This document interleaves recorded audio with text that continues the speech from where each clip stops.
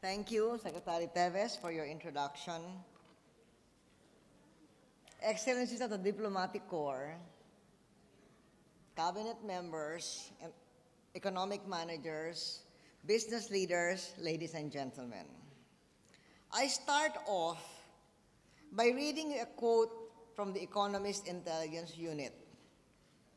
Where the Philippines differs from its neighbors, and indeed from most crisis-hit economies, is that the crisis has generated less pronounced economic ups and downs. The economy has not contracted at all in year-on-year terms during the current global crisis.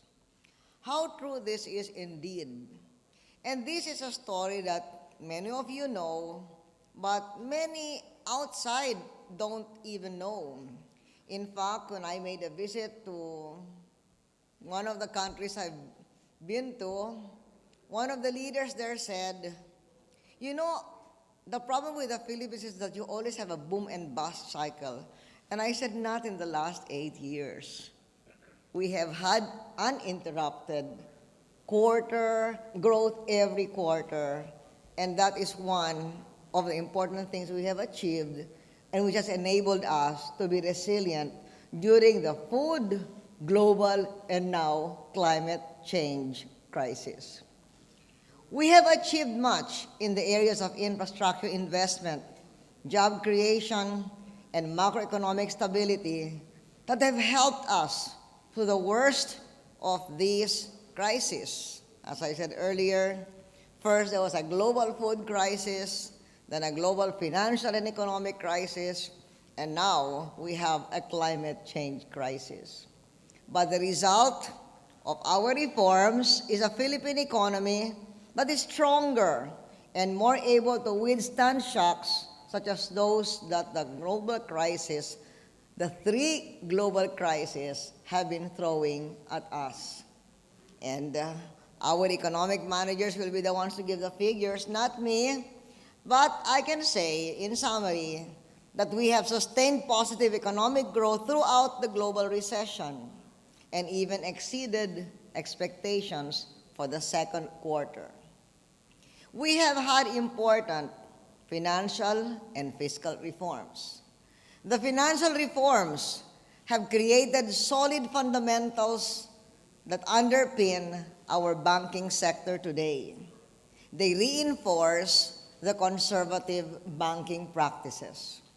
These values have significantly sheltered our country's finances.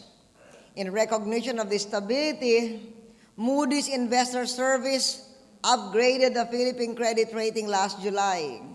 And even the damage from the two recent typhoons that hit Manila and most of Luzon was deemed manageable, quote unquote, so that rating and multilateral agencies maintain their outlook for positive economic growth this year.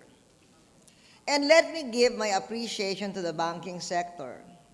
Aside from the fact that their innate conservatism, together with our financial and central bank reforms, have given us a sound banking system to the global financial crisis. In the Economic Resiliency Program, which we discussed in the Philippine Chamber of Commerce and Industry conference last year, where we asked the private sector to contribute, or not that we asked the private sector committed to contribute 50 billion pesos to a 100 billion peso investment fund. Per the report of Secretary Fabula to me, the private sector has complied with its 50 billion pesos, especially in financing the power investments. Thank you very much for that.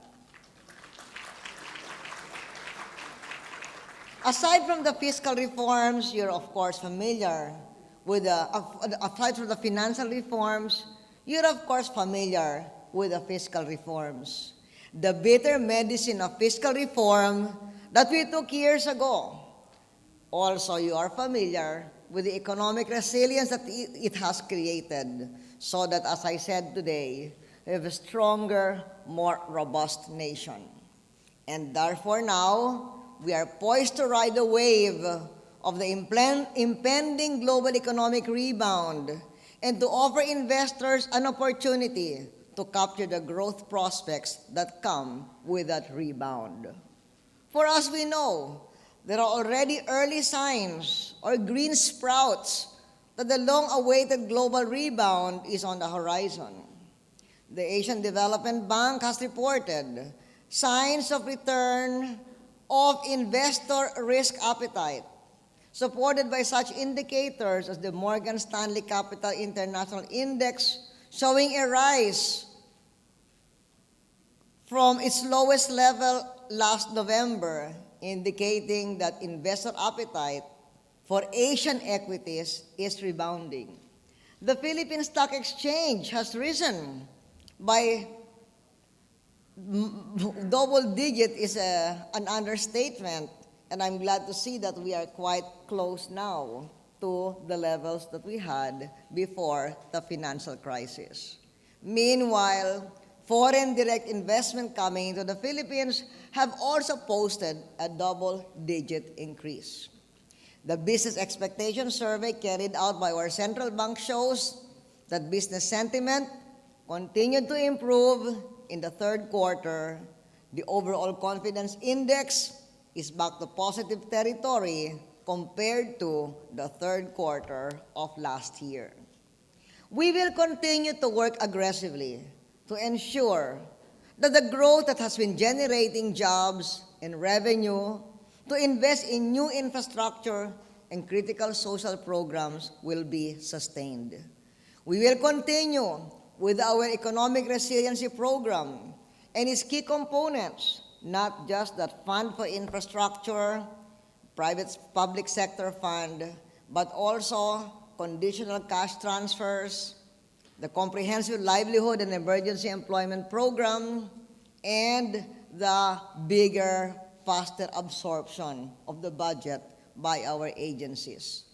Through government support at all levels and the hard work of our people, we will not be deterred in our effort to maintain growth. We will intensify our investment in infrastructure, especially post-calamity reconstruction. I think you have seen in the news that I have just created a special national public-private reconstruction commission whose task shall be, first, to undertake a study of the causes, costs, and actions to be taken in the wake of typhoons Ondoy, Pepeng, but not only those two, also last year's Typhoon Frank, from which we have not fully recovered. Second, undertake the rehabilitation plan for wrecked infrastructure and other priorities. 3, raise funds, especially grants, to fund reconstruction. 4th, prioritize programs. 5th, oversee implementation. And 6th, serve as a clearinghouse for international assistance which the donors themselves implement using the cluster approach. This has been used, for instance, in the reconstruction of Typhoon Reming, and we can do the same template for these 3 typhoons.